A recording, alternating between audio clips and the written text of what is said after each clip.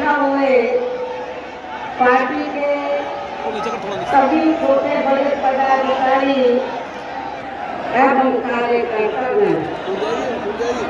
आज आप लोग देश में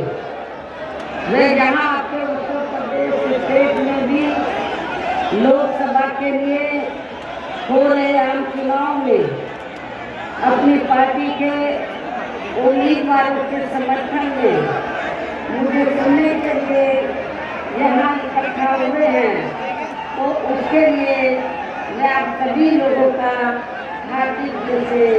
आभार प्रकट करती हूँ। वैसे आप लोगों को ये मालूम है कि हमारी पार्टी कांग्रेस, बीजेपी व अन्य किसी भी विरोधी पार्टी तथा गठबंधन आदि के साथ मिलकर नहीं, बल्कि अकेले ही अपनी पार्टी के बलबूते पर पूरी तैयारी व दमदारी के साथ ये चुनाव लड़ रहे हैं। इसके साथ ही हमने टिकट बंटवारे के मामले में भी सर्व समाज के लोगों को उचित भागीदारी दी, जिनको कामयाब बनाने के लिए अपनी पार्टी के लोग पूरे जी जान से लगे हुए हैं। आप लोगों को ये मालूम है कि हमें गौतम बुद्ध नगर लोकसभा की सीट से इस बार क्या बोलिए श्री राजेंद्र सिंह सोलंकी को चुनाव के मैदान में उतारा है।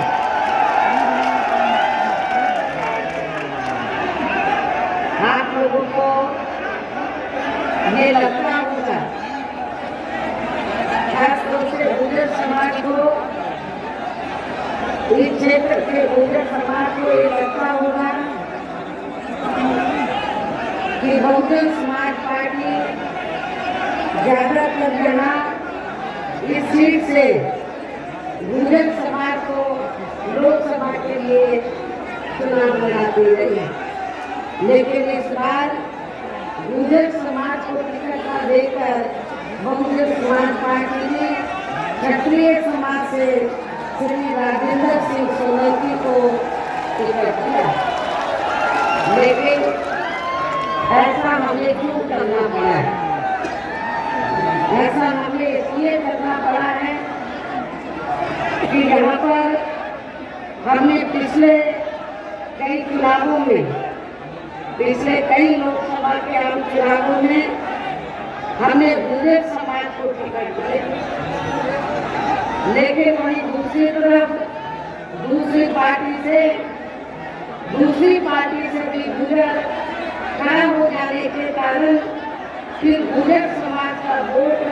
पिछले कई चुनावों में बढ़ता रहा, और जिसका फिर भारतीय जनता पार्टी ने पूरा फायदा उठाया है, और भारतीय जनता पार्टी फिर यहाँ से लगातार कई बार चुनाव जीतती रही। इसलिए हमने ये फैसला लिया कि भारतीय जनता पार्टी को चुनाव में जीतने से रोकने के लिए तो गुर्जर समाज को खड़ा न करके हमें अन्य किसी और समाज को, क्योंकि यहाँ पर क्षत्रिय समाज की काफी ज्यादा तादाद है,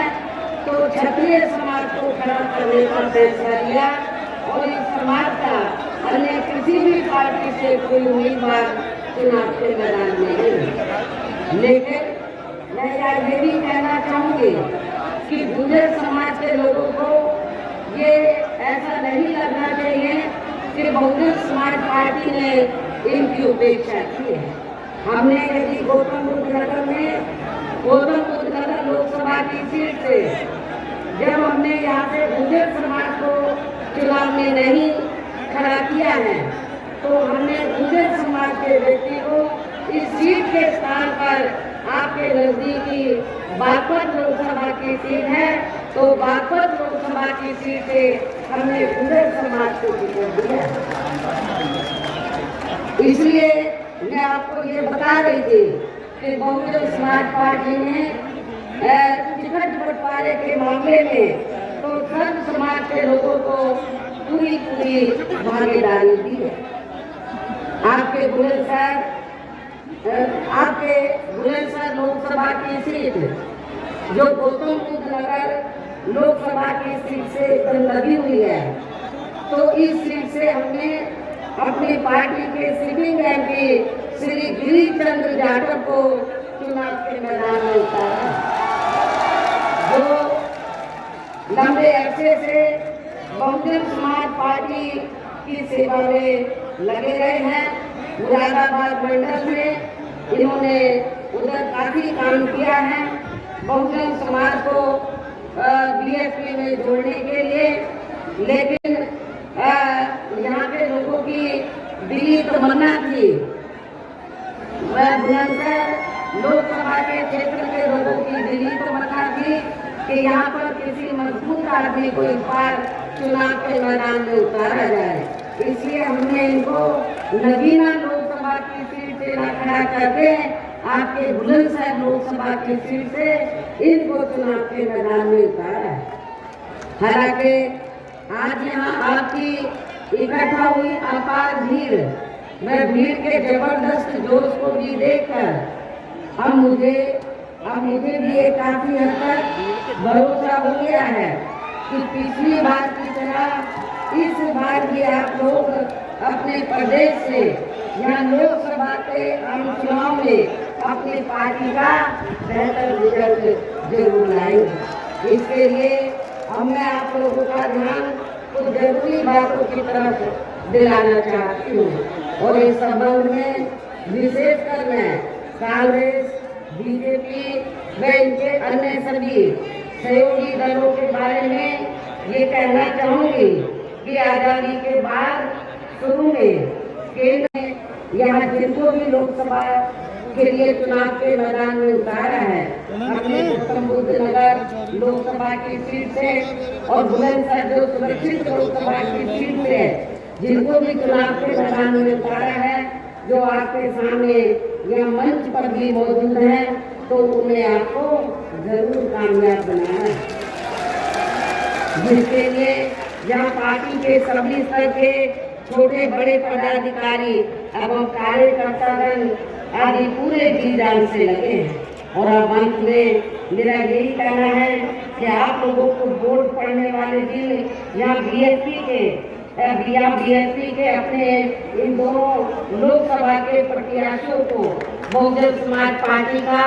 जो चुनाव चिन्ह हाथी है, हाथी चुनाव चिन्ह के सामने वाले बटन को दबाकर इन दोनों प्रत्याशियों को जरूर विजयी बनाना है, जरूर जिताना है।